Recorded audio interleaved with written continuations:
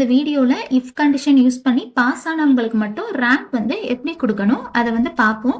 நான் இங்க என்ன பண்றேன் அப்படின்னா ஈக்குவல் கொடுத்துட்டு இஃப் வந்து கொடுக்குறேன், பிராக்கெட் ஓபன் பண்றேன். இந்த பாஸ் இந்த செல்ல வந்து ஒரு கிளிக் பண்றேன், ஈக்குவல் கொடுத்து டபுள் கோட்ஸ்குள்ள பாஸ் அப்படின்னு டெக்ஸ்ட் பண்றேன். நான் இங்க என்ன கேக்குறேன்னா, நான் செலக்ட் பண்ணிருக்கிற இந்த செல்ல வந்து பாஸ் அப்படிங்கிற டெக்ஸ்ட் வந்து எனக்கு இருக்கணும். அப்புறம் ஒரு கமா கொடுத்துட்டு நார்மலா நீங்க ரேங்க் ஃபங்க்ஷன் வந்து யூஸ் பண்ணுங்க.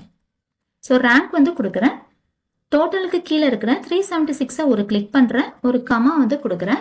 இந்த ரேஞ்சை கம்ப்ளீட்டா ஒரு செலக்ட் வந்து பண்றேன், ஒரு கமா கொடுத்துட்டு அசெண்டிங் டிசெண்டிங்னு 2 ஆப்ஷன் வந்து கேட்கும். இது தேவை அப்படின்னா நீங்க யூஸ் பண்ணிக்கோங்க, இல்லைன்னா வேண்டாம், எனக்கு இது தேவையில்லை. ஸோ நான் என்ன பண்ணிடுறேன்னா ஷிஃப்ட்டை ப்ரெஸ் பண்ணி க்ளோஸ் பண்றேன், ஒரு கமா கொடுத்துட்டு டபுள் கோட்ஸ்குள்ள இன்கேஸ் இங்க வந்து பாஸ் இல்லை அப்படின்னா எனக்கு ஃபெயில் அப்படின்னு ஷோ ஆகணும். ஸோ ஃபெயில் வந்து கொடுக்குறேன். எக்ஸல்ல ஃபார்முலா யூஸ் பண்ணி ஒரு டெக்ஸ்ட் கொடுக்கும்போது எப்போதுமே இந்த டபுள் கோட்ஸ்குள்ள தான் கொடுக்கணும்.